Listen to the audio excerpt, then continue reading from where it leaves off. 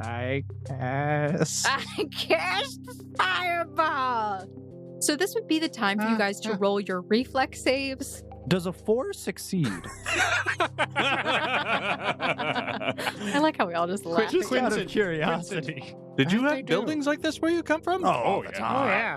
Except they were a lot nicer. You didn't have broken stairs. The electricity normally worked. Everything was smooth. Parallel universe. Universe. I don't know why it came out. To the parallel We're in parallel universe. To the parallel universe. We are in a parallel universe. Is there a Bach Hotel? As you peer around the area, you see the sign, Bach Hotel. Oh my gosh, there's Bach Hotel.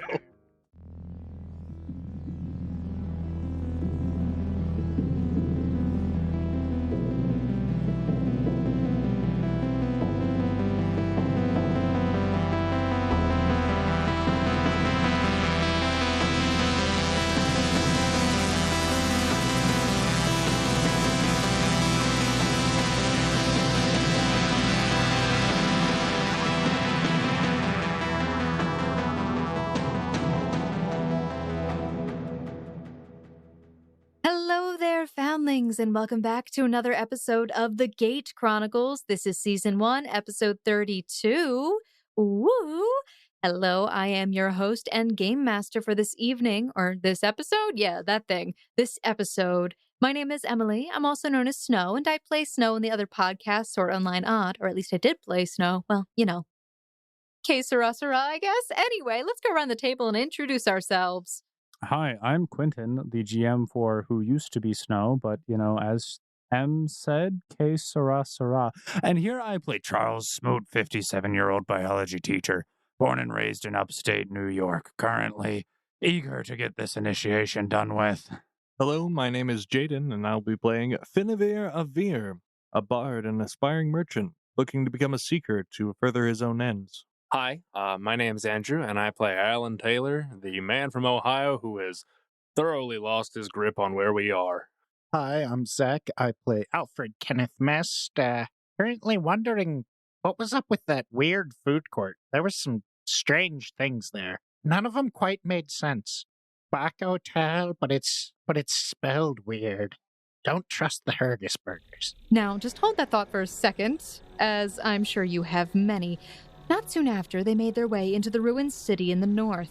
But alas, our foreigners are not the only initiates who have found themselves in this region. Well, I mean the foreigners and Finavir, who's, from the area, but that's beside the point. You all have entered into this very serene room with light pouring in through some cracks in the building on top of what appears to be a pedestal with a metallic-like object at the very center of it. Please tell me your initiatives. 15? 15 for Charles Smoot. Oh, I'm sorry, a 5 for Finavir. I have a 10.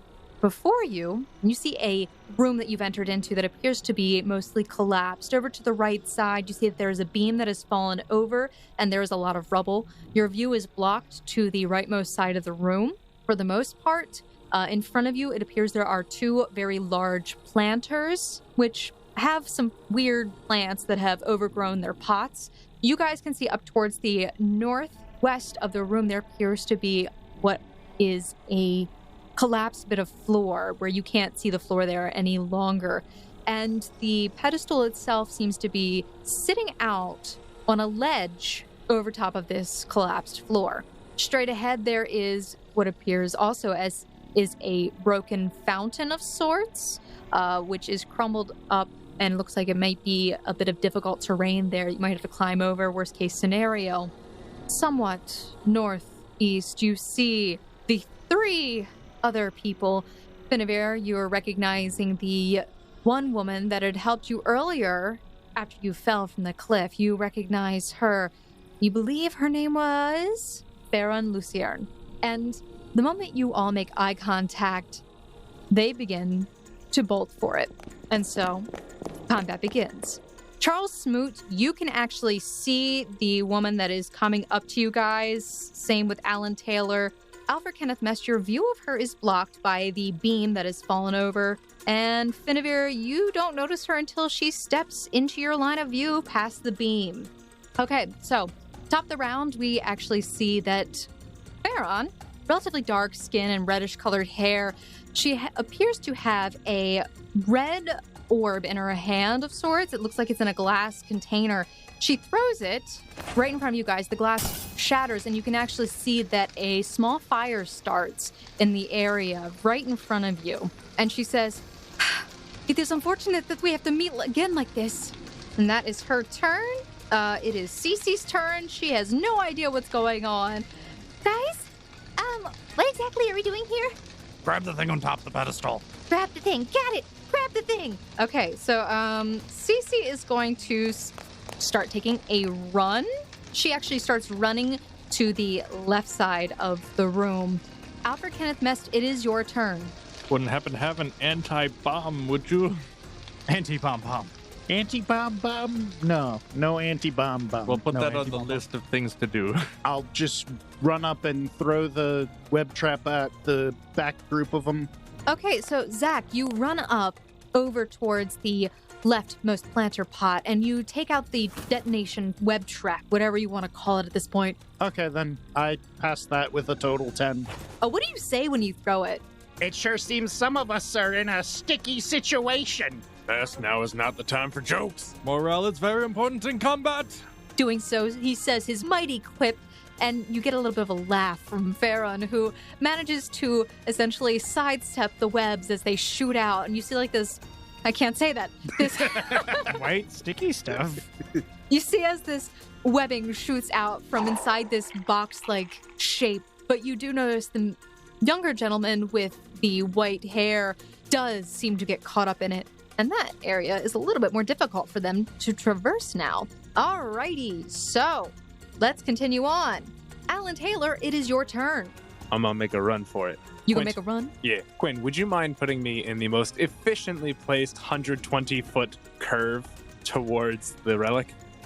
So Alan Taylor, you see an opportunity. You see an opening to the left of the leftmost planter, and you start running up towards the relic, charging straight ahead, stumbling a little bit over some of the difficult terrain. All right. So that is your full movement, but you do manage to get much closer to the relic than the other team. Charles Smoot, it is your turn. What are the environmental rules for running through fire? I had to look this up. Characters at risk of catching up fire are allowed to make a reflex save to avoid this fate. If a character's clothes or hair catch on fire, he takes 1d6 points of damage immediately. In each subsequent round, the burning character must make another reflex saving throw. Failure means he takes another 1d6 points of damage that round. Success means the fire has gone out. That is, as long as he succeeds on a saving throw. You can automatically extinguish yourself by jumping into water. Smoot would shout across the way. You're outnumbered. Turn back now while you have time. There's still 8 hours. You may make an intimidate as a free action. 24 for my intimidate check. Charles Smoot, you basically shout this at the opposing team, and you can see that they appear to be shaken and disturbed by what you said. Although, not so much considering doing anything at this point, because one of them is sort of entangled at this moment. Charles Smoot, it is still your turn. That was a free action. What do you do next? Or you just stand there and look pretty? I am very, very pretty. But outside of that, I will run up and join Taylor. I will be running up to the northwesternly direction around and behind the potted plant, avoiding the fire to catch up with Taylor. Okay, so that is your entire turn. Yeah. Okay. As you guys, Charles Smoot and Alan Taylor, you are not able to see this, but you do hear somebody take a running jump, and the red-haired man, Finavir, Alfred Kenneth Mest, you both see that he leaps over part of the web trap that is there, and he moves up just to the top edge of the fountain where he's basically becoming less visible for you to see. Okay, it is now Kelsey's turn. Kelsey looks at Finavir. Should we stay back here, or should we go back them up? We should support the others. We need that relic if we want to pass. So we should run over there. Oh, well, yes. Watch yourself, though. They seem intent on retrieving the artifact as well. All right, then. Let's boogie, I guess. Those words just came out of my mouth. That's Boogie. The girls are not running up too close, though. Finnevier quickly checks his face to make sure he doesn't have any, like, stray nostril mess. Nostril mess? She said boogie. Ah. Oh my goodness. Yes, Finnevier very focused on keeping up appearances at this time. They call those stray sneezings. By they, I mean I. Kelsey gathers a little bit more confidence and actually does move up relatively close to Charles Smoot and Alan Taylor. Alfred Kenneth Mest, make a perception check for me. 24. So the only two that you see are Farron and this other gentleman with the whitish blonde hair. You can see that he is wearing very decorated clothing, mixtures of white, a light blue, and maybe some grays here and there. You can see that on his back at this time, he has a very long polearm, looks like a glaive of sorts on his back, decorated in white and blue and silver markings. He is attempting to currently pull himself out, and he appears to be struggling a lot, we'll say. Not a good day for him. Not a good day for him. All right, Finnevier Revere, it is your turn. Okay. This seems a bit more of a social combat, so against my better judgment. There was a fireball thrown. It wasn't thrown at us. Well, that's not a sleep it was or fear thrown in effect, front of us. and we're not. No one's been rolling to hit yet. I consider But people running have rolled several skill checks. I will move up 1 move action's worth in that direction, going around the same way. All right, so Finnevier begins making his way through some of the cracked flooring, moving up just behind the leftmost planter pot. And I will begin a bardic performance inspire competence, just in case we need to make some more acrobatic saves. Okay, And I prepared something here. I'm ready. Spider Mest. If you have a problem, he is the best. What's he got in his pack? If you're in trouble, he's got your back. Look out, here comes the Spider Mest. You hear Farron shout from across the way. Oh, if we weren't in a combat, I would probably clap for you. I'll do a short bow. Okay, so Finnevier Revere, you have taken your turn to begin singing and movement. We go back to the top of the round.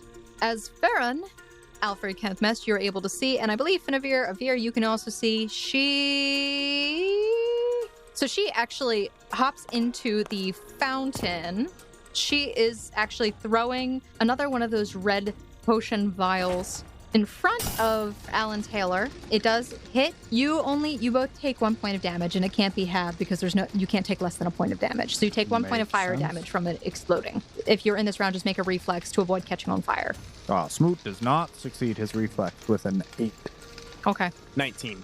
Alan Taylor, you manage to avoid catching on fire as you kind of dance around in the flames, avoiding them licking at your feet.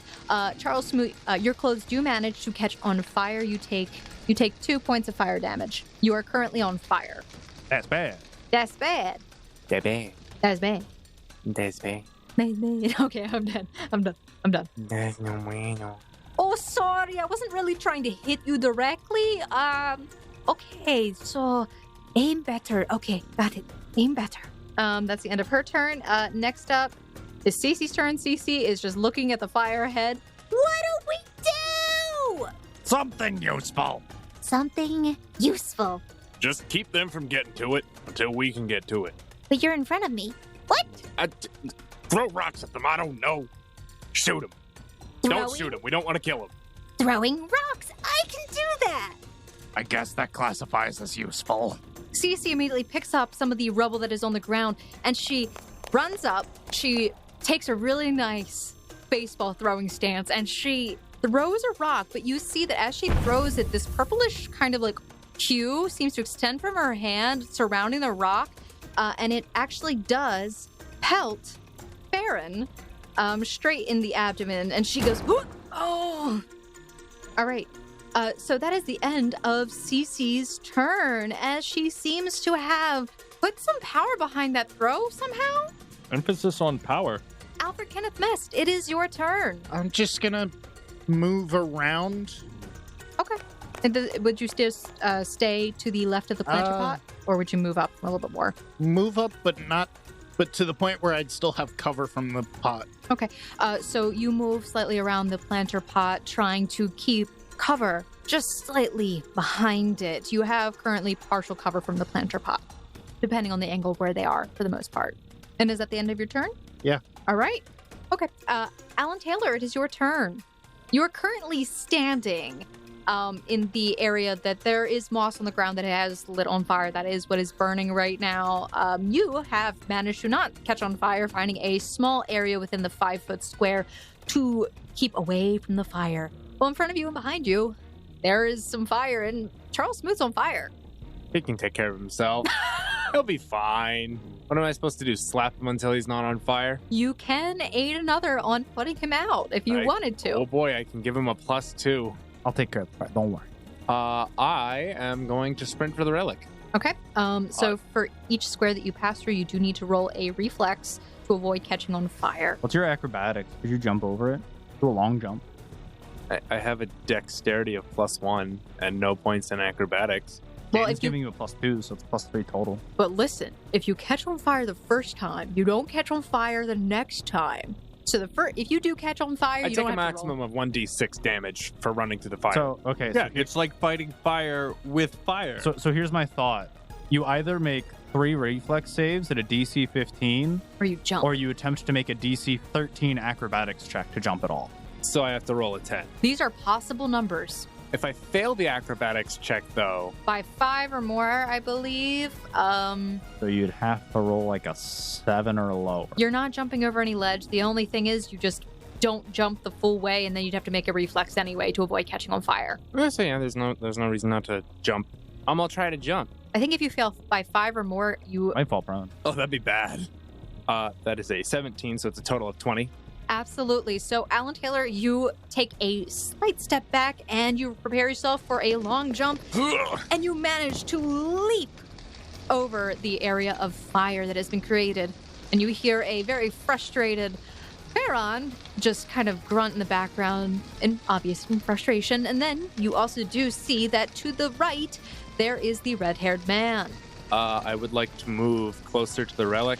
So, Alan Taylor, that is your turn. You have, after leaping over the small fire that has started from this little vial that she threw, you then take a few steps forward and you draw your spear. I can't grab it, but I can defend it. That's his new quip for the day. Charles Smoot, it is your turn. You are on fire. I would like to step out of the fire. Okay, so do you take a 5-foot step back? Actually, you can't. That would be considered 10 feet because of difficult terrain. I'm going to take a move action Okay. out of it. I'm going to take... So, it says you must make a reflex save, but if I'm not mistaken, a reflex save would not consume any of my turn economy. You are already on fire. Yep. So I'm going to take my move action to move out of the fire, my standard action to say, have a taste of your own medicine. Because as I move, I will be pulling out my own alchemist fire that I pulled from one of the dead bodies, and I'm going to throw it at them. Which them? Her. Oh, you mean... In the fountain. She is going to have rough terrain in the fountain of fire. Are you committing murder? I guess it wouldn't be murder, it would be... No. I'm committing arson. The fire's committing murder. Okay, then you may do so. Está en fuego. Your character is still on fire. I will need you to roll a reflex to put it out. I choose to fail my reflex. You choose to fail? Yep. All right, you stay on fire for another round. You take 2 more points of fire damage. I rolled a 16 to hit with the alchemist fire. Okay, so you were throwing it directly at her? Mm-hmm. But if you treat fire for fire, doesn't everyone get burned? Everyone's on fire right now, so yeah. And at the end of my turn, I will drop prone as a pre-action to get a +4 on my next reflex save against fire, because I'm rolling on the ground. You just ragdoll yourself. Yeah. Do I roll damage or anything for my fire? Yes, I would need you to roll the 1d6 of damage, please. 1. Okay. Exactly 1. Okay, all right. So you can see that as you throw your alchemist fire, you see that it explodes, and actually it does ignite into her hair and her clothing, and she starts to scream. But it lit her on fire because I got lit on fire. That's because you were standing in the fire, you failed a reflex. Yeah. That's how that goes, Quentin. She failed having a good dexterity. She failed getting on Smoot's good side. Yep. She threw fire at me twice. What's your schmoot's attitude saving throw? 4. All right, so Charles Smoot, at the end of your turn throwing the alchemist fire, you decide to take a nice nap. I'm kidding. No, you just lay down on the ground. I do. I stop, drop, and roll. All right, so the red-haired man actually runs up past the fountain and approaches towards Alan Taylor, but he stops short of trying to pass him at this point, as he appears to be trying to think about his next action. You stay back. This is ours. We saw it first. Actually, I'm pretty sure that we saw it first, and we were here first. You happened to run in after us. Well, I got here first, so eat it. I think your face will be ground into the dirt first. Look, I really don't want to stab you, but I may be forced to. You just see, you hear Kelsey shout from behind you, Mr. Allen, please don't kill anybody. I really don't want to. Nah, Taylor, just throw him into the fire. You are a psychopath. Could you be a tad more hospitable?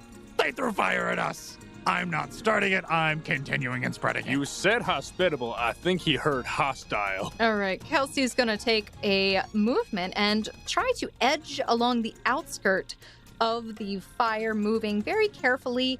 Dear God, I hope she doesn't fall. Oh, that's not a wall. That's a chasm. That's a cliff. Oh. Indeed. The floor is gone, and you cannot see below you. I'm going to get Mufasa. Or you Mufasa someone else.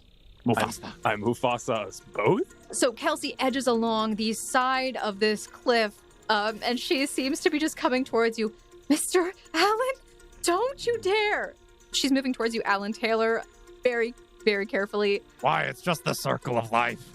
If it's just the circle of life, Mr. Smooth, then why do you care so much about your family? Because these people aren't my family. Hold on a second. Oh, no. You are. I'm just saying these other people. That's as much as you get to say, because that is, there's not enough time for you to say anything more than that. Okay, so it is now the white-haired man's turn at this point. He manages to pull himself out from within the webbing. He did it. Only to fall prone? That's not good. Don't be proud of him. Is the web Listen, flammable? I'm just admiring the fact that I kept him in place for even a turn. Oh, no, you changed the dynamic of this entire combat, like by a huge factor. We have one of them to deal with right now. Like, think of the Other math. nerds on fire. We had to deal with 3 of them versus how many of us? Now we've had to deal with 2. It changed The everything. other person hasn't even, the other guy hasn't even done anything yet. We really just had to deal with one person Yeah, throwing but out. I also slowed him down a bit Oh, by a adding lot. some more Yeah. rough terrain for him. Well, instead Okay. of 3, we were fighting 1.5. And then he attempts to... Oh man, this is not going to go so good for him, I don't think. Let me put it this way. Who's it terrible for, us or them? It only goes one way or the other. Okay, so he attempts to make a jump, but unfortunately, his skill pulled at back. jumping is not exactly the best, and Probably. he actually ends up taking a jump, but it's not long enough, and he gets stuck. He has to make a reflex. Sweet mother of God! I love this man. Little bit of the webbing stuck to his foot as he tried to jump, so he just got sucked back down a bit. He manages to avoid being stuck as he kind of puts himself in a really weird position. The ultimate game of Twister. But he, you can hear him just kind of scream a little bit in frustration, or grunt in frustration more so than scream. Finavir Avir, it is your turn. I need to know how close I am to the person in the fountain. How close you are to the person in the fountain. You are 50 feet away on a good day without taking into account the difficult terrain. Okay, in that case, here's how my turn goes. I hope this is worth it. I'm going to pop my last level 1 spell and use Expeditious Retreat, giving me plus 30 movement speed for a few minutes. Okay. So you cast Expeditious Retreat on yourself. Yep, so I pop a coffee bean. Yep. And chew on it. Okay. You do so. And I'll sprint up to the opening at the well, or the fountain, and add part of my movement. I would like to draw my water flask. Sure. And I hold it out, and on my next available opportunity, I'm going to try to put this woman out. Okay. I feel like Finavir Avir is trying to... Okay. This is my He new really hates canon. Smoot's fire. No. This is my new canon. I feel like Finavir is trying to gather a harem and he doesn't even realize it. He's just being overly nice to all the ladies. Finavir wants a harem of workers. Okay, for one, you said her hair caught on fire, and I found that to be particularly offensive as a... not like that you said something Yeah. offensive, but this is something that needs to be protected. Yes, a woman's hair is very important. Okay. What about my hair, Finavir? Is your hair on fire? Probably. I've taken more damage than her. You Doesn't matter. probably look good, Bald. You're Mr. Clean. For goodness sake, Smoot, they are our competition, not enemy combatants. And then I'll hold out the water as if gesturing, come over and I'll put you out. Okay. She's like currently trying to pat herself out. She's quite distracted, FYI. Okay. She does see you holding out the water and she hears you say that. She actually does rush over to you and takes the water out of your hands and begins dousing herself in it, extinguishing the flames. Oh my goodness. Thank you so much for that. Anytime. Well, it's nice to meet you again. Nice cordial conversation here right now. Okay. I'm going to say that is her turn for dousing herself with the water that she borrowed from you. Huh. So are we playing nice now? Should I not throw more rocks? All right. Throw a rock, do something. He said do something, right? Okay. Do something useful. Cece rushes over to Charles Smoot and begins patting you. Does this do anything useful? I mean, you'll get She's it. attempting to put the fire out. She's aiding you. Oh, so I get a +2 on my next reflex save to put the fire out. Got it. But the way I picture Cece doing that, not canon, by the way, that she would use her foot. So, yeah, no, I definitely agree that Cece would actually be using her foot to try to put out the flames because she would not use her hand. So she's like stomping on Charles Smoot to put out the flames. But that is her turn, and Alfred Kenneth Mist, it is now your turn. I guess I'll move up towards the edge of the fire there by the cliffside. Okay. So you can do so. Alfred Kenneth Mist takes this opportunity and he moves forward towards the fire that has been started on some of the moss that is quickly burning away. I'm in range for a lot of things. More but fire? That's about all I'm gonna do. Alan Taylor, it is your turn. I will one-hand my spear and go to grab the relic. Okay, so you take your... Left hand off the spear. All right, Alan Taylor, you take your left hand off the spear and you walk up to the pedestal where the relic is. And as you walk up, you realize, and the closer you've gotten, you realize that this pedestal is a little bit taller than what you think. I'll stand guard. No one else may climb it. Centurion mode. All right, so Alan Taylor, you have taken this time and you have moved forward and you have observed your surroundings. Charles Smoot, it is your turn. You are lying on the ground, prone. Yeah, we're going to reflex save it to stop burning. Oh, finally? Yeah, nope. Another big nope. 9 plus... Wait. Yes. I know. 9 plus 4 plus 2. We're good.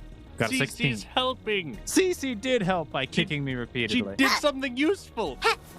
Wait, Finavir. We can't give them a taste of their own medicine, but it's okay if I get barbecued.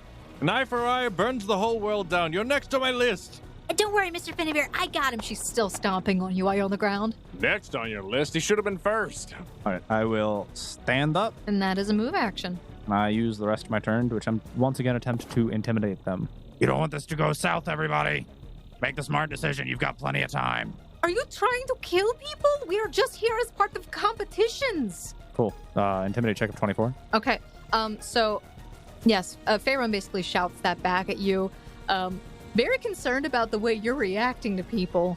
But yes, you can see that she appears to be shaken along with the red-haired man who is currently looking up and then looks at you, but he was looking up towards where Alan Taylor is on the top of this small cliff area, this overhang. But it is his turn. To clarify, miss, murder is not in the agenda. But also not explicitly prohibited. Murder is prohibited. Self-defense is not. Play nice.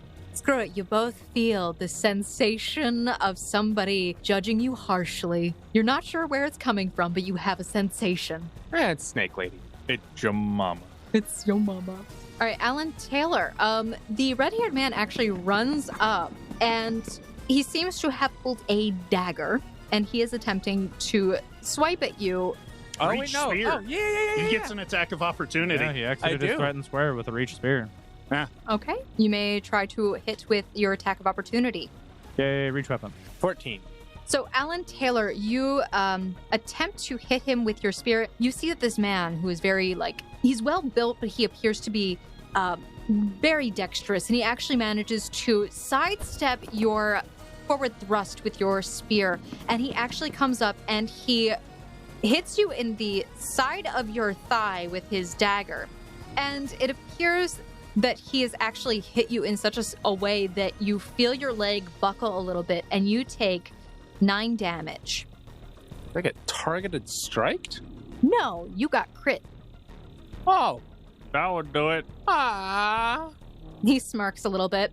And also, Alan Taylor, with this in mind, I would like you to realize now that as he has hit you in this way, you have now found your reactions slowed.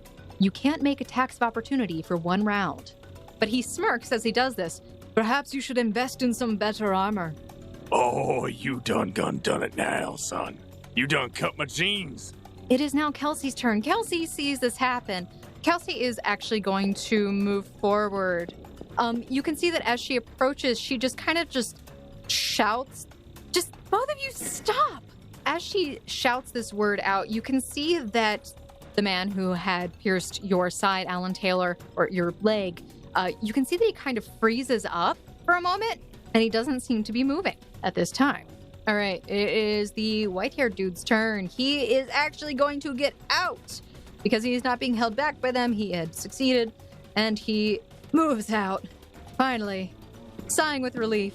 And let's see, Alan Taylor, you can actually see that all of a sudden it seems that he concentrates for a moment, and you can see that at his right side, he has on his left side, he's holding his spear down at an angle. And then on his right side, you can see that this crackling ice sound kind of happens, and you see this almost like ethereal dagger kind of form next to him that's hovering. White hair knows magic. I don't like it. You get out of here with that witchcraft, boy. His face just flashes with some anger. You can barely see it from a distance, but you can see that he appears very agitated by what you said, and he moves forward.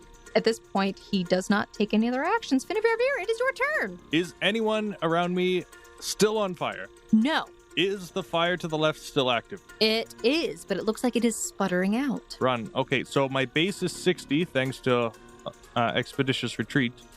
Okay. And I will move all the way up to in front of Kelsey. Okay, so And you take... That will be my turn. So you run over by 15 feet, and then you run... Yeah, you get over there without a problem. Okay, so you run over to Kelsey. Now we're at the top of the round. The fire that was blocking Alfred Kenneth Mest, Charles Smoot, and Cece sputters out, as does the one in the fountain. All right, Farron sees you 3 there. She goes into her bag, it looks like, and she pulls out a small little vial. She pops the lid, and she drinks the liquid inside. And you can see that although she's wearing a relatively long modified dress looks like made for adventuring and whatnot, you can actually see that her calf muscles seem to expand all of a sudden and grow. And you can also see that her musculature, while staying lean, also just overall gets a little bit beefier.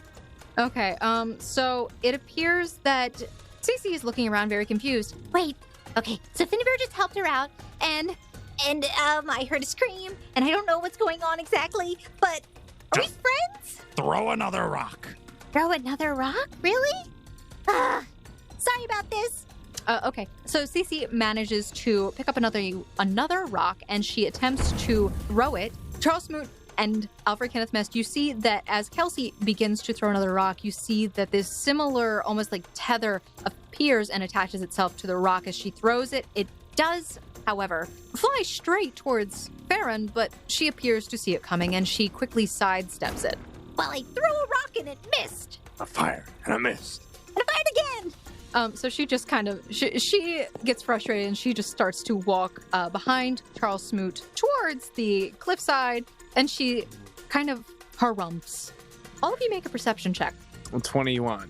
Total 20. 22. Also a 22 for Charles Smoot. Okay. All of you can start to hear the sound of something rumbling, like a cracking sound. It appears to be coming from nearby. That's probably not good. Alfred Kenneth Mist, though, it is your turn.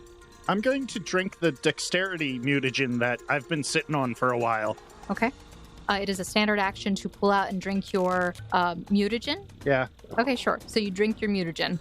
And conversely, a similar thing happens to Alfred Kenneth Mest, but he does appear to be, while still lean, a little bit beefier. So I have a watermelon, but I don't have anything that's not going to do a lethal type of damage. So I'm gonna throw a watermelon at her. Okay. As you pull out the watermelon, you see that it has started to rot a little bit. Maybe it does poison damage now. This is so rude. 22 to throw watermelon. Yeah, so you take the watermelon. You are at a minor penalty because the range on throwing the watermelon, I believe, is similar to bombs, right? I would assume it's a 20, so... Even with the minor penalty to your throwing of the watermelon, you can see that it actually manages to hit Farron square in her upper torso. Yeah. Dealing a 1d4 of damage, bludgeoning. This sure reeks of melancholy. Alfred Kenneth Mess, you can see that she gets very frustrated. Ugh, I just got this outfit. Alan Taylor, it is your turn. You know what? Nah. He stabbed me. I don't like that. He's trying to kill me. He could have hit my leg artery. Your character wouldn't know too much about it. Your character not a doctor. But he knows he tried to kill you. I know if you get stabbed, you bleed out. He tried to kill you. And that is a 22. Wait, -1. 21. Okay. You hit. And he takes 8 damage. Piercing. Alan Taylor, you are very frustrated with what happened, and you step back slightly, and you pull back with your spear and then try to ram it into his leg as well. Just exchanging. Eye for an eye. Eye for an eye, blow for a blow. And you can see that he appears to be somewhat slowed in his own movements. He doesn't move too much, but you can tell that he shirks back a little bit, but he doesn't move from the position he's in. But you are able to stab into his leg, and he kind of cringes in pain. Yeah, freaking hurts, doesn't it? But that is your turn. Freaking stab me in the leg, I'll stab you in the leg too. Charles Smoot, it is your turn. I'll give you something more than melon to worry about. Charge attack with a greatsword. Okay. You're going to charge attack what? Just move up and attack her with my greatsword. So you're going to move up and attack her. Yeah, total 1 to hit. With cowbell. More enthusiasm. My goodness. Oh no, it's a crit fail. Thank Total you. 3. Thank you. Okay. Yes, Charles Smoot, as you walk up, you can see that Farron looks at you. She sees that you raise your great sword to swing down at her, and she sidesteps it very gracefully, her muscles tensing with her steps. After a moment, it appears, though, that the red-haired man, now that we're moving on to the next turn, the red-haired man appears to shake off whatever it was that was keeping him from moving. He looks around very confused. He looks down at his leg. He looks back up at Alan Taylor. He sneers a little bit, and I gotta see what he can do. Sir, you're outnumbered, and I'd really rather not kill you.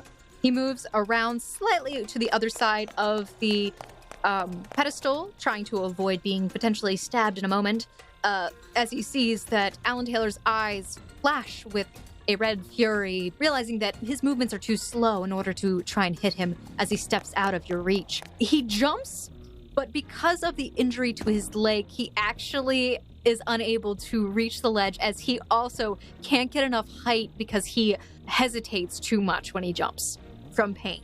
And you hear him grunt in frustration. Ugh. It is Kelsey's turn. Mr. Finiver, I didn't like the sound of that. Yeah, whatever's rumbling down there sounds like more trouble than what we're already in. Should we let them handle this?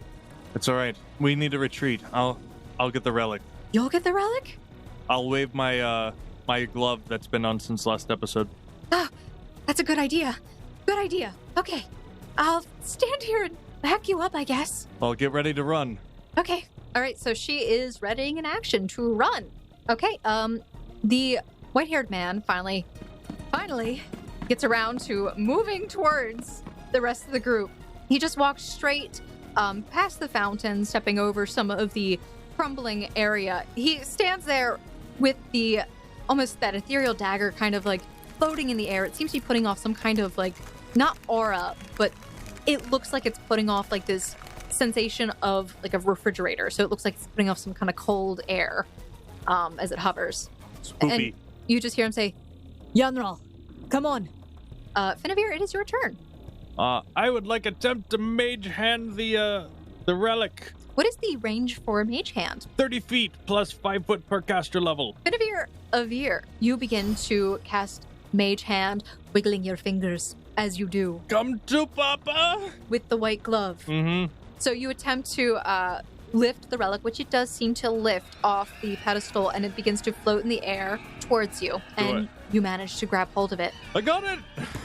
And I will run away. Okay, so you do Mage Hand, and you will begin moving away. And with my one movement action, I get to go 60 feet. So you go around Kelsey, and you make your way do. Yep. Looks perfect. Couldn't have done it better myself. Okay, top of the round. Kelsey started to turn to follow after you, Finavir, but she stops and looks back towards Alan Taylor. Alan, come on, we got it. I will follow you in one moment. Okay. She doesn't come any further at this point, though, as she is waiting for Alan Taylor. All of a sudden, Alan Taylor, you hear a loud cracking sound. I don't like the sound of that. And you start to see that the floor that everyone else is standing on seems to be above you now, and the floor begins to fall. We're fine. Ready, boy? Ready, boy? We gotta get off of this thing now. I would love to. Don't think it's possible. You also notice, however, that Kelsey is standing on the same platform that you are. And yes, Alan Taylor, you may attempt one reflex. Realizing that there is no time left, I will throw my Seeker Emblem up. Van catch. What are you doing? Kelsey! There's always the calm after a storm. A pure silence as the recognition of loss commences. Alan Taylor, Kelsey, and the other man fell along with the floor. Finavir, you stand at the edge staring into the black abyss. You watched as the cliff slipped past your view, and your eyes met with Kelsey's. For a moment, time seemed to stand still, as a calm and peaceful expression spread across it, and inaudible words fell from her lips. And then they were gone, the crumbling mass swallowed by the darkness. Kelsey! I go over to the edge where I'm like my hands are on the edge and head sticking out. Can I see anything? You can roll a perception check. 21. Rushing over to the edge, looking down even deeper into it, you see the last bits of this crumbling rock face just fall deeper into shadow until you can't see it anymore, and it essentially is enveloped in pitch blackness. But below you, you can see other floors that are barely illuminated by the light that is streaming in through the ceiling. I grab a rock and cast light on it. I toss it down. The rock falls for a good distance until it goes out of your range and the light is snuffed out. Ben's just shaking his head, kind of walking away. You hear nearby Farron exclaim, Yanral! Finavir, what happened? Did you get the relic? Where are the other two? They're gone. What do you mean they're gone? The floor collapsed. It's so deep I can't even see the bottom. There's no way. Maybe. I don't know. Farron approaches you all quickly, and she says, do any of you have anything we can do to get down there? I have rope, but it's no more than 50 feet. My magic is only tuned to lightweight. And I'm good at only blowing things up. Cece runs over to you, and she's looking around. I don't know what we can do about this. It looks so deep. I yell over to the edge. Kelsey! Taylor! Your voice echoes back. Then, I don't know if anyone's surviving a fall like that. And if they did, I don't know if we're equipped to even be able to bring them back. It's gotta be something. Even if we could get down there, wherever down there is, however deep it is, what do you expect to be able to do once you find them? Carry them back? Oh, yeah, up the sheer cliffside? How well did you do climbing, but just by yourself the first time? He looks at his healed bruised arm. The first rule of providing first aid, never put yourself in a dangerous situation. What point is it if we die trying to get to them? Then what? The whole party gets wiped out? Well, maybe we get someone stronger. That is probably the best idea. If we return back to where the competition or trial started, we might be able to find someone like John. He might be better equipped to find people like this. Yeah, they're gonna be okay. They have to be. You're right, Uncle John could help. You see that Farron appears to be in some emotional distress, and you see that she is sort of mumbling to herself. And the younger man with the white hair and this brocaded outfit with white and blue and the gold trimming on it walks over, and he seems to look over the edge. And he seems to scoff momentarily before turning back to her. Loss is inevitable.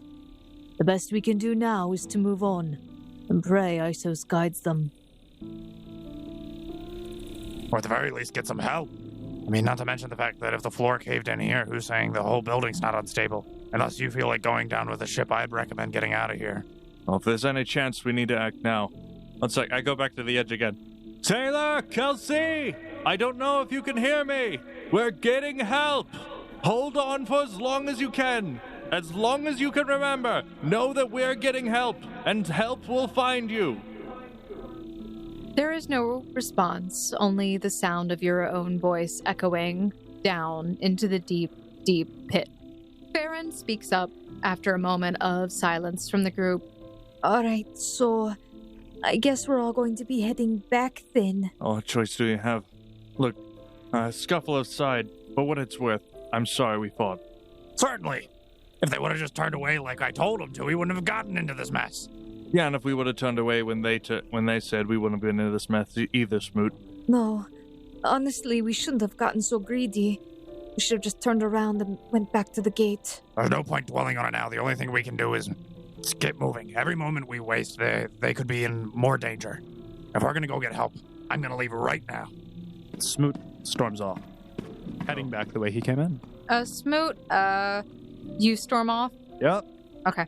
Smoot, as you storm off, you feel as some of the floor shifts beneath you in an area that you step into, and I need you to roll a reflex. Oh, my worst save. I love that one. Oh, what a good roll. Nice. 19. Okay. You are able to catch yourself as some of the floor beneath you starts to give way, and you seem to almost fall through briefly before your arms grab hold of the floor that you are on. This is what I'm talking about. The whole place is structurally unstable. We need to all leave now. Take your time, old man, unless you want to bring this place down on us. You're more than welcome to fall in. His face is mostly blank from expression, but he does appear to be a little irritated from your statement. I'm not interested in fighting you at this moment, but if you insist with your words, I'll take you up on that offer. Well, look how that turned out last time we fought. We're not losing anyone else. There's no time for fighting. Let's go. Cece, Mest? Yeah, let's get out of here before something else happens. Okay, don't worry, Kelsey. Mr. Allen, we'll be right back. As right back as we can be. So, you guys begin heading out from within this ruined structure. I want you all to roll perception check or survival, whichever one is your better skill. 18 for Charles Smoot's survival. 16 for Finnevir's perception. 25 for either one because they're both a +8. Okay. As you guys are making your way through this ruined building, you're keeping an eye out for weak areas on the floor and even through the ceiling. You work together and you manage to maneuver your way outside of this building. You don't see any other initiates at this point, though, although there are other footsteps that appear to have been making their way away from the building. You can see very clearly up in the sky from where you are the holographic numbers counting down 7 hours, 32 minutes, and 31 seconds, 30, 29, 28. And you begin, again, making your journey through the garden of the dodos, And as you pass through there, you come back up to the cliffs where Finnevere had burned some bodies, and you can still see what appears to be smoke in the sky from where the corpses are alight. Making your way through the cliffs, I want you all to make a perception check. Total 26 for Charles Smoot. 10 for Finnevere. 23 for Mess. Finnevere, you find yourself merely keeping your attention on the path ahead of you, focusing on just getting back from where you came from. Mest and Smoot, you are following along your original tracks, making your way back, until you notice that Farron and Valen seem to break off, and they seem to be heading off on a different path, one that doesn't head back into the valley, where you also notice that there appear to be the yellow moths flying overhead, which seem to be heading back towards that direction as well. I'll point out to the rest of the party. Finnevere, didn't they mention that they were also headed back to get help? Well, yeah, of course. Mest, do you see them split off? Maybe we should follow them. They might know another path. Yeah, it seemed like they went that way. It might be a little bit more roundabout, but at least we can avoid those moths up ahead. We don't really have time to get into any encounters like that. Oh, do you think there's another way around the moths? Certainly Baron and the white-haired guy do. Smoot, I'm going to leave the ball in your court. Navigation is your job. I was never And much I'll of a respect basketball player, but I can at least follow people who walk that way. So Charles Smoot will go ahead and attempt to follow Farron. Smoot, you begin leading the party, following behind Valen and Farron as they make their way over this cliff area. You guys find yourselves, as you follow after them, walking uphill for a good distance into this cliff area. You see around you there are these clay-colored stones that seem to almost tower up above you by several yards worth. Some of them are even taller, and they create these nice overhangs with their shade. But I need you all to roll a perception check as you're going. Total of 12 for Charles Smoot. 20 for Finnevere. 9. 9. Amazing. I couldn't have rolled lower. As you're making your way through this cliffside area, you see the remains of what appears to have been an auroch at one point, these large bones of a creature off to the side. And matching this appearance, you seem to all of a sudden start to feel that it gets very hot up here, as if you are reaching the heat of the day. You're traveling for approximately an hour, and when all of a sudden, it seems to get blistering hot, hotter than it was. And you continue onward, but I need you all to roll a fortitude save. All right. As Finn notices it starts getting hotter, he'll take out some of the rags that he has in his backpack. He'll take out his temperature stone and cast prestidigitation on the water to make it cooler, and pour it over the rags and dish one out to each member. One to Mest, one to Smoot, one to CC, and himself. In this circumstance, you do feel the cool rag on your necks and your foreheads, wherever you're keeping it. It gives you a brief reprieve from the heat, but you still need to make your fortitude save. You will only get a +1 bonus from the rag. Okay. 18 for Finnevere. Okay. I have a 16. 18 for Charles Smoot. With the nice cool rags on your necks and lathering your body with it occasionally, for about an hour, you're able to keep yourselves cool, and you keep on trucking through. And you see that up ahead, the duo appear to be doing just fine. They don't seem to be affected by the heat either. But you continue onward, and you find yourselves snaking through a little bit of a lower area, but there is less cover here. I need you to roll another fortitude save as another hour has passed. 14 for Finnevere. 21 for Charles Smoot. 19 for Mest. Charles Smoot, Mest, you both find yourselves able to move on without much difficulty. You're not very bothered by the heat right now, although you do feel a little bit of sweat coming down from your armpits and dripping from your forehead. You feel okay at this point, as you can also see that CC appears well. But up ahead, you do notice that the group appears to be taking a moment to drink some water, and they slow down momentarily. Finnevere, you are starting to feel somewhat lagging as you are getting very hot. You have your backpack on, you have your armor with your mithril, and even though it is lightweight, it's holding in a lot of heat on your body. More than normal. Yeah, it's multiple layers of clothing. You are sweating. And you, because you did fail the fortitude save, you take 1 point of non-lethal damage, and you are now suffering a bit from heat stroke, where your skin is very flush and you are fatigued.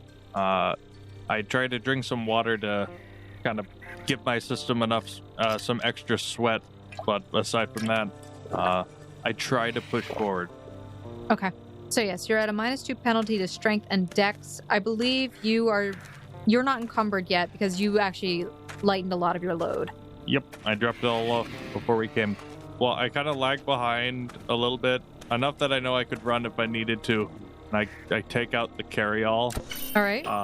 I have it grow to a size where I might be able to climb inside, and I put my arm out forward and see if it moves. So the carry-all is only able to extend up to 2 cubic feet, which would be very tight for you to stand in. But as you put your arm out, it doesn't seem to move. Figures as much. Is worth a shot. I do unload everything except for my bandolier and crossbow. Okay. All right, so you basically take off your bag and you kind of shove it into the carry-all, being careful not to crush anything delicate in there. Also put my outer clothes on. I'll just have my exposed chain shirt. Okay. Your chain, is it mithril chain? It is a shirt, but it is the mithril chain shirt. It's very, very fine. It can be mistaken for a shirt. Okay. All right. Sure, and there's like this nice sheen on you. Perfect. Okay, so yes, you feel a little bit lighter, a little bit cooler. You're still mildly fatigued, but you don't have a problem moving on for a good bit. So you begin walking, and as you walk, you notice that the carry-all neither gets closer nor further than 10 feet from you, but it seems to trail along, and you can see like this little colorful lights just kind of like streaming across the area where the handle is as you're walking with the badge. Oh yeah, I just took it on so I don't have to carry it anymore onto my bandolier. You can see that it's kind of like flashing similar colors. I am you know what? I put it in the pocket with Isabel, and I check up on her. Okay. Isabel appears to be her normal self. So it's just a neutral expression? No, it's smiling. Oh, she's smiling. I take inspiration from this smile to try to smile myself. You try to smile. A little bit of sweat drips into your mouth as you do so. It doesn't last very long. So, you guys up front, as you're walking, you kind of notice that Finavir was lagging behind. And then you see that he picks up his pace a little bit. And he appears to have put down his carry-all, which is now following behind. Anyone with extra gear, pile it on. Sure, this is getting a bit heavy, and I put on some of my stuff. My alchemist's kit and one of the sets of rope that I drop off on it as well. Okay. Well, as you do so, you feel yourself get almost just lighter with elation because you realize you are no longer encumbered and you're able to move at regular speed as needed. Cece looks at the carry-all. I don't really have anything for it to carry, except myself. But I think we'll be okay. Maybe just for a bit longer. I don't know if I can keep up with this heat, though. I give like a persuasive eyebrow, like, good try. She looks at the carry-all, which is kind of, it has like a wooden crate on top of it, which was the alchemist kit, and then your bag stuffed inside of it. It looks a little bit overflowing with items at this point. I mean, I guess I could sit on top of the box, but wouldn't I break it? Maybe another time, on second thought. And as you guys are walking, you can actually see that up ahead, it looks like the Valen and Farron have actually slowed down. They seem to have stopped and are looking back at you. Oh, it looks like we're all heading in the same direction at this point. Is there more than one direction than a straight line back to the center of this place? Well, everyone essentially had taken their own route, so it's fine if you're following with us. I guess we can just group up. That sounds like a fine idea. The more the merrier. All right, then, let's go. Valen says, and he begins walking again. What is your current marching order, FYI? Or FY me? Charles Smoot would probably be leading in the front because he's been giving people directions for most of the time. Okay, so you try to walk ahead of Valen. Mm-hmm. Finn would take up the rear to make sure he can keep an eye on everyone. Safety is his current priority. I guess somewhere in the middle for Nest. Okay, middle group, etc. Charles Smoot, as you try to go in front, you can actually see that Valen seems to glare at you and speed up a little bit. I glare at him and speed up. I've got fast movement. It's a barbarian class feature. Can outspeed me. So you both are you're both glaring at each other and speeding up, while the rest of the party is sort of watching this from behind, and you guys are speeding up a little bit, and you're going a little bit further than they are, while everyone else is just kind of watching you. I can speak for Valen, but is there a problem? Is he always like this? Is she within speaking range of me? She's within speaking range of of you guys in the group, because she's in the center area along with Mess, Cece, and you in the back. Smoot's always been a bit abrasive and a bit of a hothead, but we care about him all the same. I apologize for his behavior earlier. I sure know he won't. No, I understand. I just feel... Never mind. Maybe we should go and catch up with them. They'll tire themselves out, I'm sure. I don't think it's healthy to run at this point. I mean, you say that, but we might lose them at this point. Oh, gosh, dang it, Mess, you're right. And Finnever, your character being fatigued is unable to run. Yeah, so, I don't think I can, right? Yeah, am I right? I don't think I can. I'll catch up. If you hear a whistle, that means I'm dying. I'll show the whistle I keep around my neck. Charles Smoot, as you are essentially pushing yourself to move faster along with Valen, you roll a perception check. I roll a perception check. My perception check is a total of 17. You notice that the group is not behind you, as you guys have kind of charged forward very far ahead of them. Oh, nice going, pretty boy. Look what you did. Now you almost have the group lost. What I did? You're doing the same thing. Absolutely not. I was trying to go ahead to make sure I could find the safest path. He glares at you and clicks his tongue. But you also notice that in your bag there is a rustling. Oh, wait, it's time. I immediately sit down and check my bag. Okay. Charles Smoot, in the middle of this conversation, while he's glaring at you and he appears frustrated and he's about to say something, Time for what? All of this will be in vain if it weren't for this bird. And I pull out the dodo. This is the key. So you reach your hand into the bag, and as you do so, as you open up the bag, roll a reflex. Reflex? How does a 9 sound? You open up the bag, and as you do, you see this bird hop out very quickly, and it kind of comes towards your face in a panic, and it falls back onto the ground, but it's gotten out of the bag. Boys, the dodo's out of the bag. And you see that it gets up and tries to run away. After about 30 feet of movement from the bird, though, you see that it stops, and you see a cone of ice come out from its mouth, and then it starts hacking until it throws up. Immediately, as I see the cone of ice, Smoot would just drop prone, hit the floor, say, "Hit the decks!" and immediately fall prone. Valen walks over as you do so, and then he just walks forward towards where the dodo is as the cone of ice is blowing. But the bird does throw up, and the cone of ice fades away very quickly. And you see Valen walks over, and he seems to pick up the silver object that seems to have fallen from its mouth. And he seems to look at it for a long time until he looks at you, and he tosses it to you. Here. I would get up and pick that up.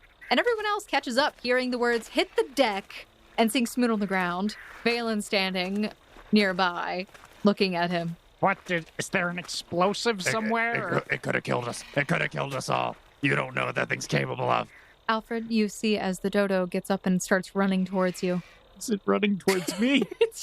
And it runs past you, squawking, dodoing. Ow, ow, ah! You got a thing covered in dodo puke. Congratulations. I do. Very excited. Probably wiped it off on the ground because it was chucked towards me. But yes, you now have what appears to be a small metallic object with smooth ridges, but it appears to have a shape almost cut out from it, or it's cut out from something. I would just put it in my pocket, presuming that this is the relic that we were seeking. Shall we keep going, or are we going to rest? Do we have time for rest? Let's take a look at the time. Some people seem to be getting tired. Sure, and some people could be getting more dead every second we wait. We don't have time for a break. If we're going to get a rescue party, we need to do it now. I'll be fine. Let's go. Valen eyes you up and down, but he seems to acknowledge your desire to continue. Very well. Let us go then. And he begins walking again in front of the group. I began attempting to lead and rolling my survival checks to lead the group. My survival's better than his. Is it? What was Yes. yours? 29. I had a natural crit to get there, but I have a 29. It was a lot better than Valen's. That's but right, it was. Regardless. So Charles Gotta lead the Smoot, group. as you are leading the way, you see that Valen starts. He just keeps going straight, essentially going what looks like the straight path, the straightest path, like that way. But you're able to find what appears to be, although maybe a few minutes longer, it appears to be a safer way for the group to travel down. I would mention to specifically my group and Farron. It might be a brief detour, but it looks like it's a little safer if we go this way. I specifically am turning around to say this in their direction. All right. I'll take it, Mr. Charles Nature Smoot. Okay. So you say this to the whole group. Farron looks at you. Look, I understand that Valen can be abrasive, but I would also ask that you would I understand didn't say anything about that. I just said there was a safer path down here. I was being kind of courteous to you. She calls Valen back, running up to him and gestures, and he stops. He turns around. He glares at Smoot, and he seems to like flare back his spear, using it to kind of like balance on his shoulder. And he sighs, and as he walks back over. But Charles Smoot does lead you guys down a safe and a little bit quicker path. Huzzah! Huzzah! You guys make it down to ground level. You've actually bypassed the river. Oh my gosh. The River of Death? The River of Death. The death of my flower? My fine flower? The Yes. death of my thigh? But it did take you further north, which did take you... It was a longer distance away from the cliffside from where you guys originally went to the river. So you bypassed the river, but you're farther away. But it looks like it's pretty much a straight shot from here. And the heat seems to dissipate as the hours go on. And you guys finally do make it to the cliffside. Huzzah. All right. How much time's left when we get to the bottom? I'm going to say that you have about 40 minutes left. No time to tarry. Last time we came down here, it took us almost an hour. Hopefully it's easier going up. All right. Well, before we do, I look at the carryall like, I don't think you do up, do you? The carryall does not respond. All right. Speaking of which, I have to put it all back on. I tied to woe as I go. Okay. Yeah, you swipe over it, even though it's a little bit bigger than it normally was, but you shrink it back down to its regular size and then tied to woe. And it's clean and shiny. You see like these little like glistening sparkles, and everyone kind of sees you doing this. And you see Farron clap in the background. Oh. Oh, yes, I'm quite fond of it. I did just put everything away. All right, so you load it up, and Alfred Kenneth Mest, you receive back your I grab my stuff. stuff. You're encumbered again. It's heavy, and you guys are feeling a bit tired. But luckily, you guys got to use a path earlier. Charles Smoot. GM. I'm ready. Are you? The base path at the bottom is the widest, and you're able to travel up without too much difficulty. Am I? But as you get up towards the top, it does seem to get a bit narrower. And it is sloped. But Certainly. the path that you have to travel, that's the flatter portion, is narrow. Charles Smoot, everyone else, please roll in acrobatics to make sure you can stay balanced on this path and hopefully not slide down. 21 for Finavir. Okay? Yeah? How's an 8 do? The DC was 10, So no. so you slide a little bit, but you're able to catch yourself because you didn't fail by 5 or more. It's not catastrophic. I beat you, Zach, with a 7. I rolled I rolled an 11. Alfred Kenneth Mest, as you slide down, you're able to catch yourself, Well, that's good. but your alchemist kit tumbles down side of the cliff, and you see as it crashes, and like all of your stuff kind of goes out, and you hear glass shattering, and you hear somebody down below scream "ow" as they seem to get hit by the particles. Ow! Well, there goes the do no harm policy. Sorry about that. I was never under that. Are you okay? Alfred, I don't care about the other guy. Alfred, are you okay? I'm more concerned about them as well. Who knows what could have just happened out of that? You hear loud cursing in another language. I think we have a pretty good idea that we should keep on moving. And you guys do see that there are other people. They seem to be climbing up on some rope, and some of them see you, and they're looking over, like double taking, like, wait, what? There was a way up on the side. I point at them. And just laugh. Well, you're doing no better. You're falling off the side. Oh, that's just because I'm 57. Let me see you try this when you're my age. Oh, you're doing really good. And he's like climbing up. You look really good for your age. You don't look a day past 40. There you go. So yeah, please just roll a climb just to climb yourself back up. It's not, the DC's like 5, but Hey, don't forget your -3. Hey, no, I'm not at a -3. I just lost my alchemist Oh, you're kit. right. You're not encumbered anymore. Good job, Zach. it was a blessing in disguise. It was. We'll get you a new one. There's got to be prize money, right? What was your total on the climb? 16. Yeah, you're able to climb back up. Like, you slid a bit, but you're able to, like, stand up and you slowly maneuver your way back up to the path, shaking a little from the experience as you kind of did land towards the edge of part of the cliff where it does drop off like a sheer drop. So that's why I was like, So I too failed my check, by the way. yes, you did. And you slid down a little bit. Again, you were able to catch yourself way before Alfred did, but you saw that he slid a bit and you hear the sound of crashing glass and he stands up shaking and moves towards you. All right. Hopefully, if this path doesn't kill us first, we'll make it to the top. But if this is how hard it is getting up a sloped ramp way, I mean, I don't know how Kelsey and Alan are faring. Mr. Smoot, it's because you're really wide and the path is narrow. Alrighty, onward to victory and saving our friends. And you guys make it to the top. As the last of your crew reaches the plateau of the cliff, you notice that a large majority of the initiates have yet to return. The very last seconds of the clock tick down as you wait, and the numbers in the sky flash white before disappearing into the ether. Your attention is soon drawn towards the platform on which a large mirror rests as a loud and commanding voice speaks over you. I suppose congratulations are in order for those of you who have returned, as unlikely as it seemed. You have somehow managed to complete this trial. Perhaps there is hope for you yet. And she signals for the twin to come forward, and she walks up with a small wooden crate that she seems to set up. All right, this way. If you're ready to start heading back, please make sure you bring up your relic and your badge. Now that we're at the top of the plateau, do we see John Xavier anywhere? You do not see John up on the top. In fact, you all can make a perception check. 11 for Charles Smoot. Rolling hot tonight.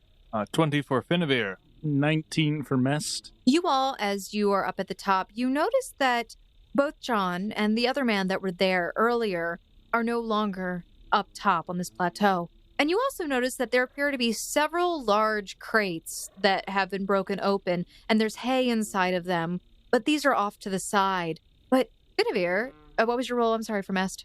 19. Okay.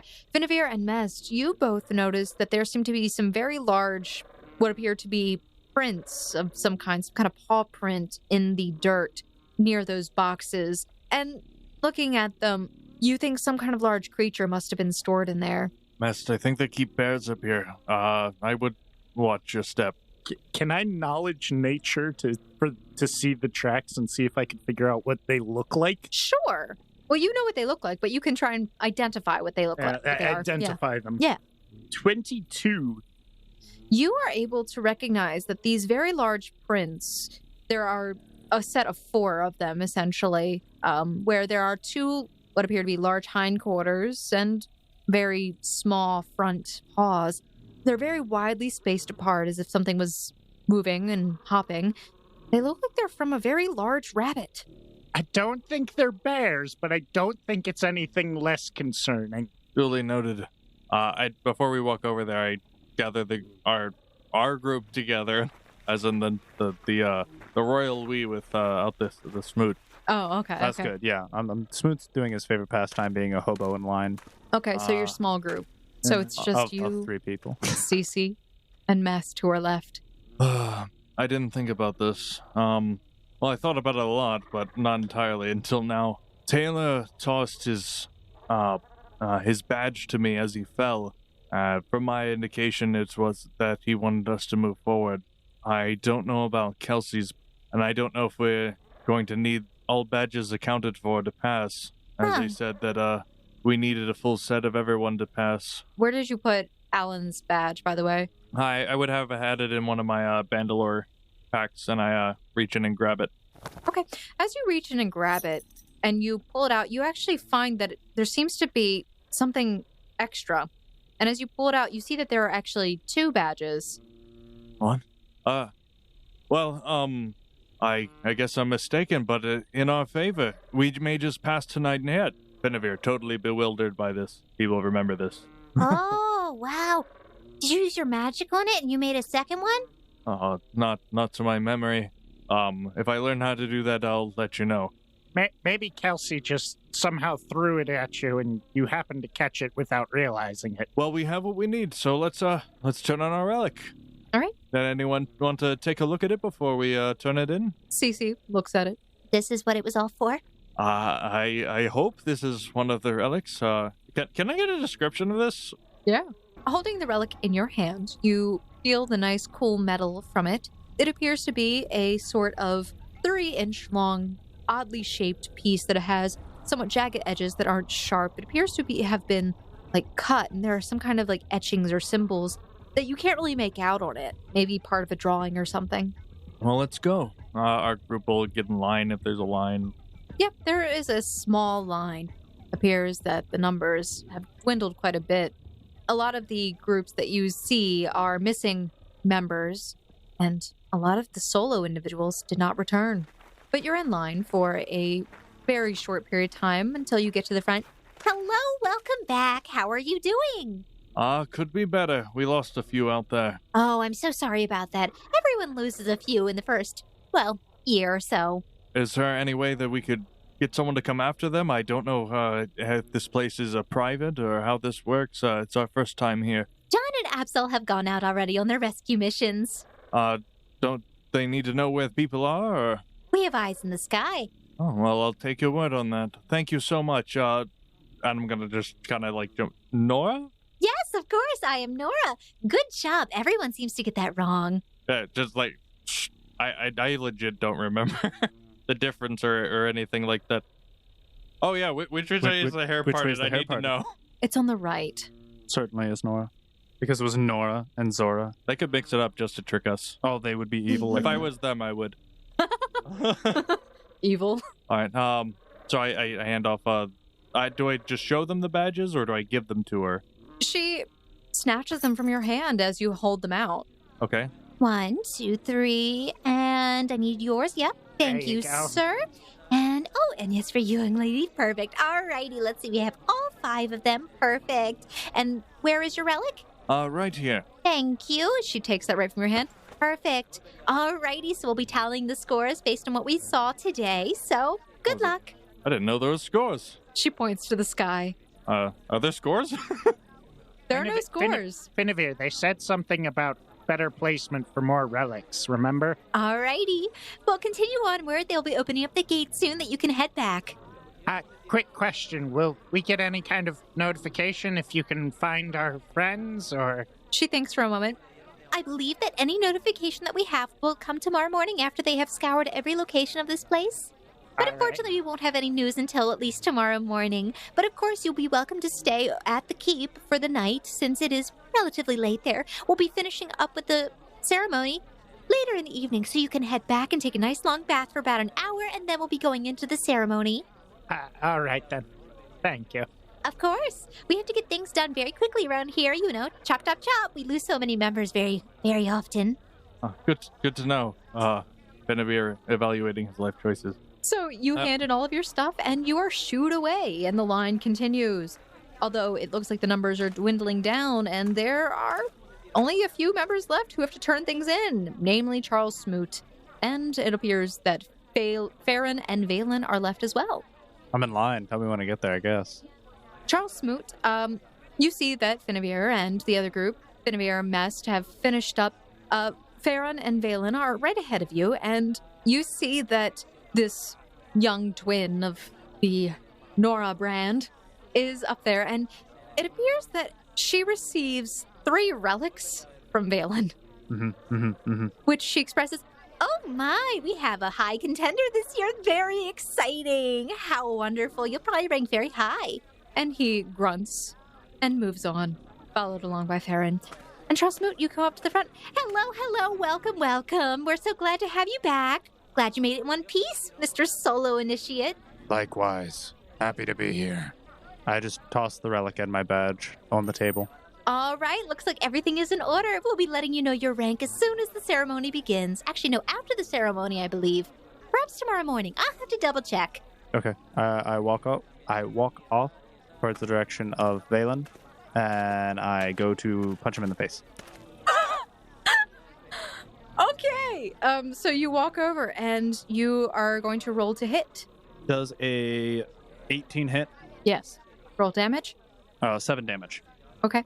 You sock him square in the jaw. He manages to keep his balance, but he appears to be very surprised by the attack. And you see that he kind of he reaches his hand up to his jaw, and his eyes are very wide, and he blinks. And you can see that there's a small trickle of blood that kind of forms on the corner of his mouth. And he looks back up at you. What was that for? So I'm walking away, and as I do, I'm going to mumble, That was for Kelsey and Taylor. And that red-haired guy. and then I will walk in the direction of Finavir, and I will point and gesture with my thumb pointing towards Valen, and I will say, That is why greed is one of the 7 deadly sins. Oh, what the heck, Smoot? Why did you just punch him in the face? That's so rude. He already had 3 relics. What? And yet he got intervened in a position where we had to risk our lives and 2 of our party members went missing. And you try and say greed is good, Finavir. From where I'm standing, it seems like greed is exactly what got my party members potentially lost and killed. Well, if you remember the tenets of greed... Finavir has to remember the tenets of greed. Finavir, I'm not in the mood. I understand what you're saying, Mr. Smoot. They could have turned back at any time, but instead they had to get in our way where we were barely able to scrape by, and because of which we potentially lost 2 of our members. Let's just hope that John can find them. I understand, but weren't we in a competition? I'm sort of torn on this. We signed up for the risks. I understand what you're saying, Mr. Smoot. There should be a consideration for others before taking more for yourself. But expressing yourself so violently, I don't know that I can agree with that either. You hear, as the sound of the gate sort of goes off, this whooshing and whirring sound, and you see that Eden walks through, and several other members begin to pass through it as well. Charles Smoot will go up and walk through the gate, as there's nothing left for him to do here. All right. I stand there. Maybe I hold up the line for a bit. All right, already myself. 1, 2, and I. Cece pushes you in. All right, 1, 2. Oh, jeez. All right, here we go. And she just runs through. It's probably for the best. He probably wouldn't have jumped in of his own volition. No, he wouldn't have. I'll jump in too. All right. Everyone, I need you to roll your fortitude saving throws, please. 27 for Charles Smoot. 7 for Finavir. Let's go. Only 1 digit of a difference. 21. Okay, so Alfred, Kenneth Mest, Charles Smoot, you pass through the mirror, walking through this gate, feeling the sensation of whirring and your body's being pulled and thrust forward. All of a sudden, you step all the way through, coming out into the other side, and you see, as you come out, Finavir sprawled on the ground. Charles Smoot is in front of him, looking down at him. Finavir, you are currently sickened and also affected by the reverse. All of your movements are inverted. Up is down is up, left is right, etc. Oh gosh, management, when did the ceiling get installed on the floor? Oh my. This lasts for 1 minute, but his character, he's lying on the ground. He is looking pretty worse for wears, but everybody else does pretty well, except for actually everybody passed. Except for Finavir. Oh, is this because I pushed you? I'm so sorry. It's okay, Cece. I'll be fine eventually. One day, I'm sure, maybe. Someone help me stand. I can't seem to tell which direction is up right now. Maybe it would be better if you stayed on the floor until you can figure out which way is up. You know what, Mess? That sounds like a great idea. I'm just gonna... Give me a second. Can I try to pull him away from the gate? Sure, as people are walking through. Hold on. As you're doing this, somebody stumbles over him and trips. Sorry. Hold just be a moment. Do you think a 15 strength check is enough to pull Yeah, you can drag him. Okay. Yeah, you're able to drag him. So you do. So you pull him away from the door, and he's just like, his face is like being smushed and like squashed as you drag him. He's going, "Whoa." You see drool kind of dribbling out of his mouth, too. He'll be fine. He'll be fine. So yes, a minute or so passes, and you regain all of your faculties. Thank you, Alfred. Alrighty. Nora walks over to the entire group and addresses everyone. And you see that Eden is going up the stairs of the archive. And she essentially says, Alrighty, everyone. If you would like, you can go take a bath for about an hour. We will be preparing for the ceremony, and then we'll meet you all in the Great Hall. Okay?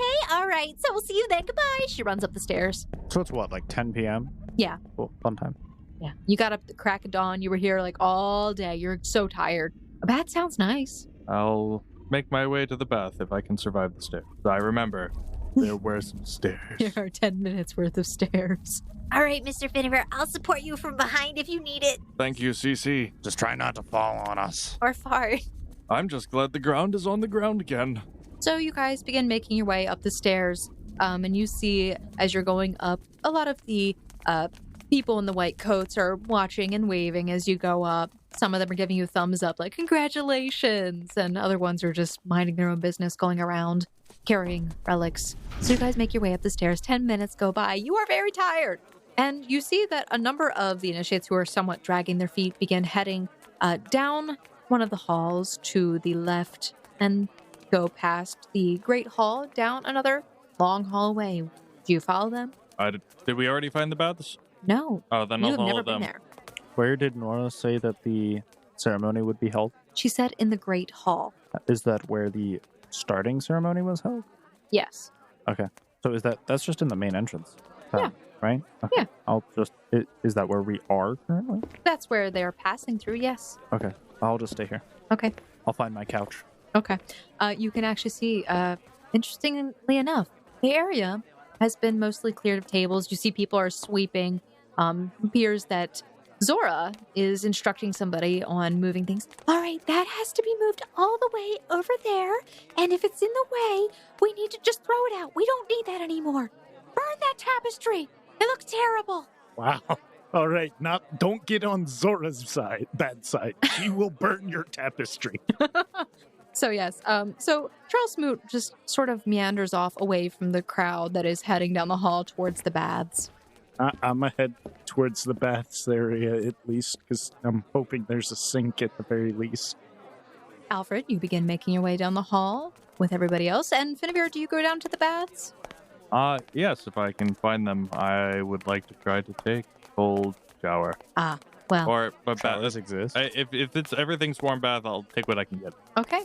Charles Smoot, you go off and you take a moment for yourself, resting for about an hour. But you're still very filthy. But for Alfred Kenneth Mest and Finnever Revere, you head to the baths. And you find yourselves in a very nice area where it almost is like, easiest description, like a Roman bath, where it is an enclosed area where water is sort of being poured in through fountains, and it's very warm in here. You can see that a lot of the people who have already made it in have just stripped off their clothes and jumped in. This is only men in this area, so it's a men's only bathroom, and the ladies seem to have their own on the other side. So would you be in Finn's area? He is trying to find like maybe a sink or something rather than a bath, because he doesn't particularly feel like bathing right now. In that case, Finn will have taken Isabel with him.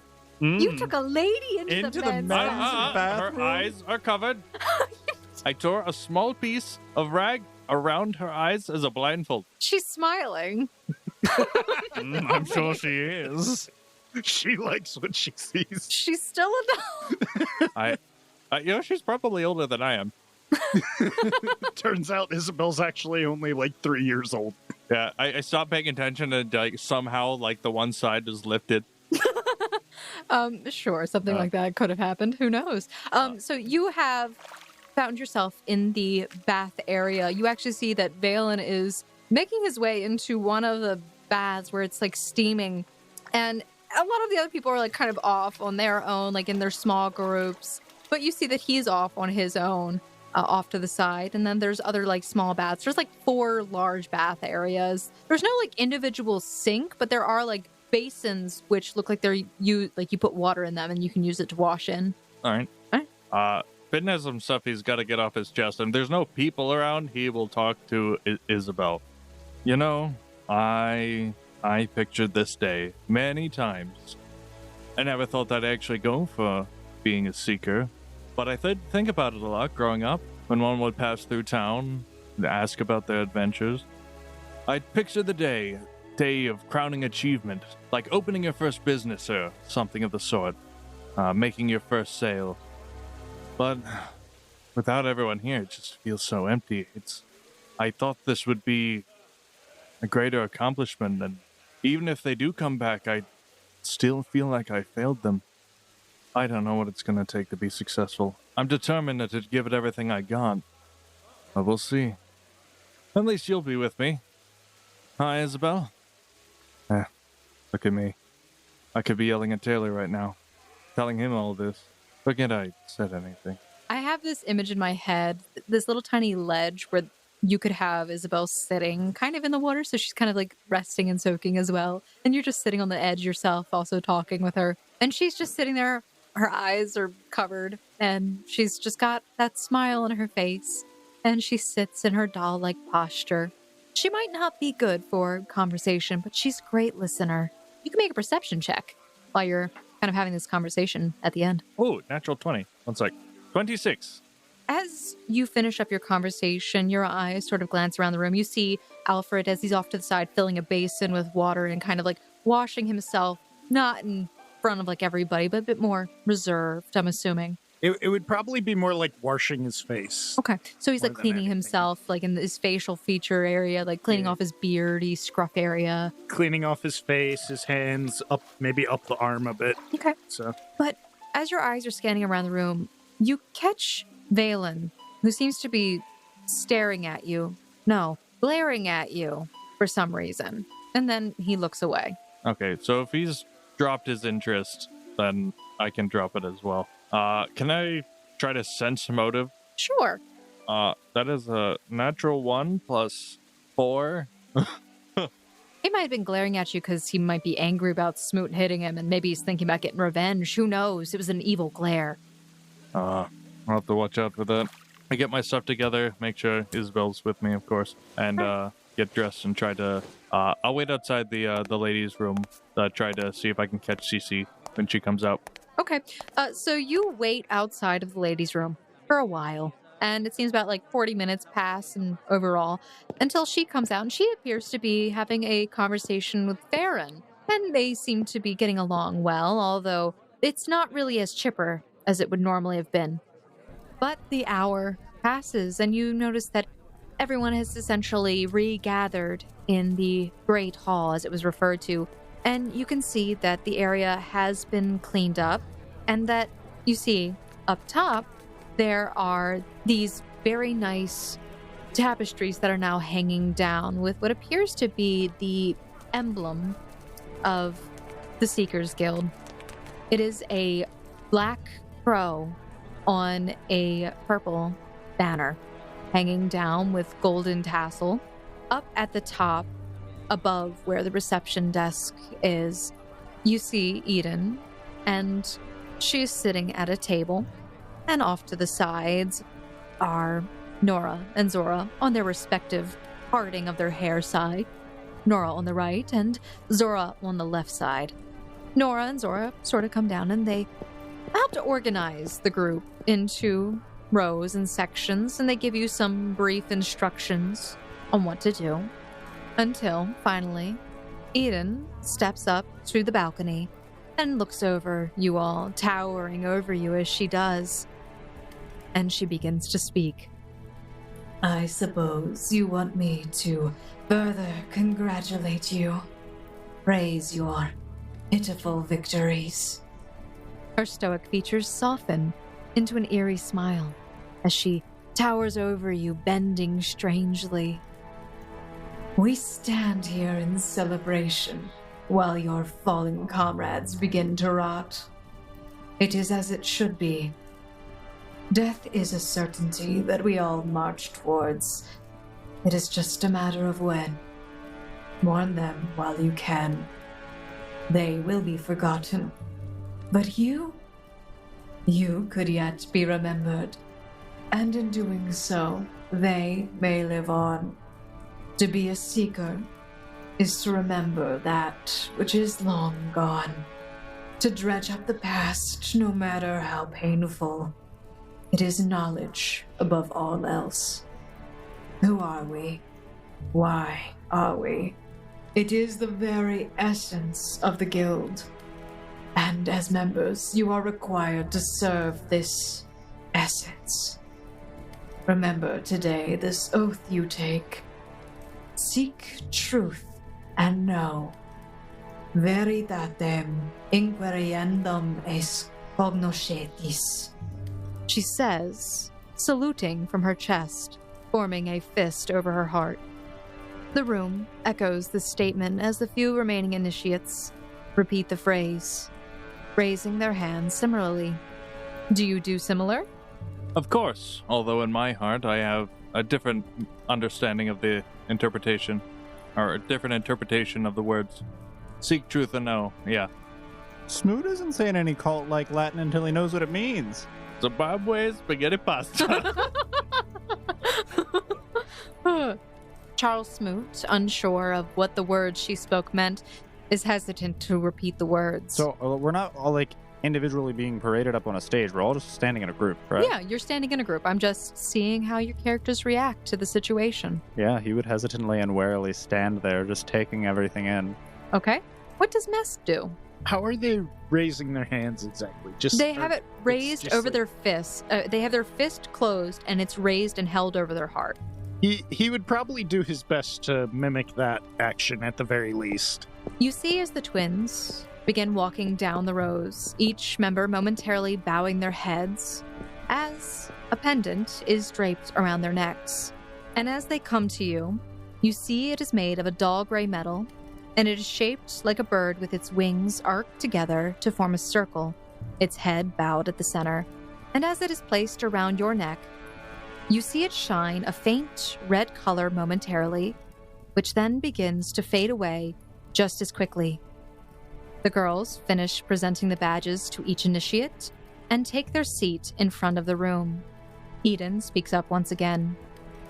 May you find what you seek. May your life be long, and may your death be quick.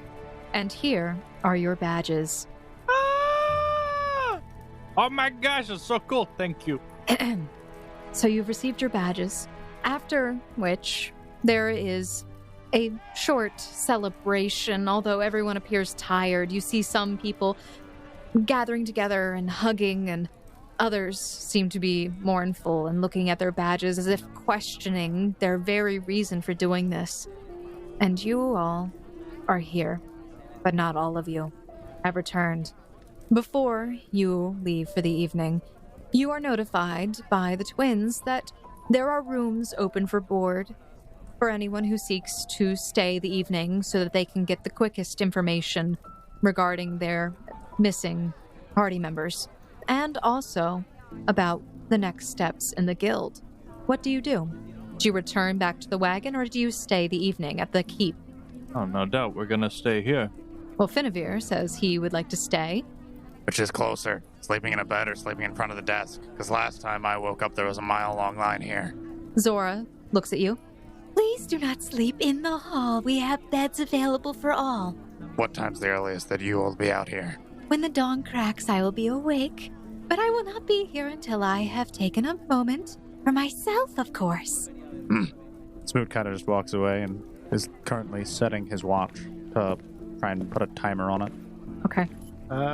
Well, I guess it would probably be the best idea to stay and wait for information on what happened, at least. Certainly not leaving until we find out what happened to Kelsey and Alan. Yeah, well, I guess we should probably tell them that we're staying. Do we stay together? Do we get a separate room? Do I have to share a room with you guys again? Oh boy. Oh, these are all decisions. I'll save a bed for Kelsey. That sounds like a good idea. I'll save one for Taylor. All right. So, Finavir being mostly the spokesperson for the group today, Finavir, you're able to secure 3 rooms where 2 people share a room for the most part, and for now it seems that Cece has a room all to herself, and you boys are either able to share a room, whoever chooses, and somebody can sleep on their own. Are these rooms close together? They are all in relatively the same or similar vicinity, although Cece's is more on the other side of the hall, which appears to be somewhat dormed for the safety of some of the women. Okay. Smoot would probably try and take the room that would be just by himself for the moment, time given. Okay. I'll save a spot for Alan. Thank you, Smoot. Okay. So, the evening passes by, and the initiation comes to an end, and you are all led to the rooms where you are able to stay for the evening. Charles Smoot, your room is approximately 8 doors down from Finavir's and Mest's room, and Cece is on the complete opposite side of the hall, which is separated by another passageway.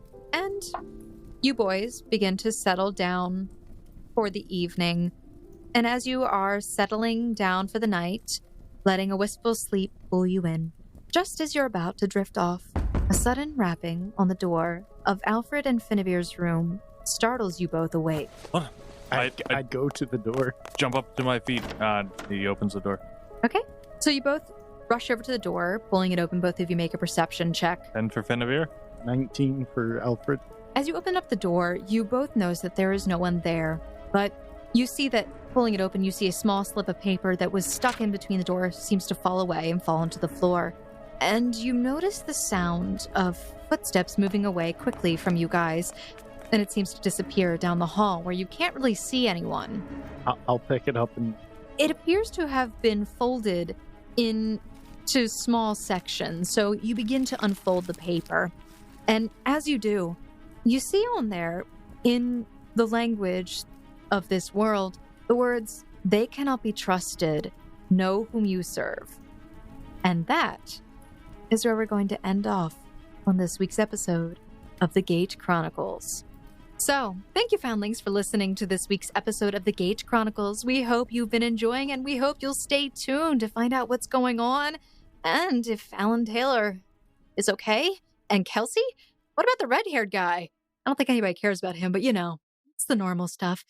So, Foundlings, if you've been enjoying this series, if you enjoyed this episode, and you haven't already done so, please consider leaving us a rating and review in whatever podcast listening app that you're on, as well as through Podchaser, because that is the IMDb of podcasts. You can also make sure that you support us in other ways, because we want you to make sure you do so, because we love you. That usual thing. I'm sorry, I'm tearing up right now. Sad moments. You can support us in other ways by, telling your friends about us, your grandma, your dog, I don't know. Just settle down with them one day, trap them in the car, lock the doors, tell them they're going to be okay first off, but then start playing the podcast, see what happens. I don't know. Beyond that, though, don't think about that. Don't think about it. Oh, I'm going to think about it. Yes, beyond that, you can support us in other ways by going to our website, missingroleplayerfound.com. That's missing, ROLL. playerfound.com, and getting merchandise. Who knows? Now we'll have to get maybe the RIP Alan Taylor shirt ? At the end. Beyond that, you can also go to our Patreon and donate to us monthly, where you can get access to many, many goodies. Once again, thank you, Foundlings, and we hope you will join us next week for another episode of the Gate Chronicles. Bye! Bye, guys. Farewell. Farewell.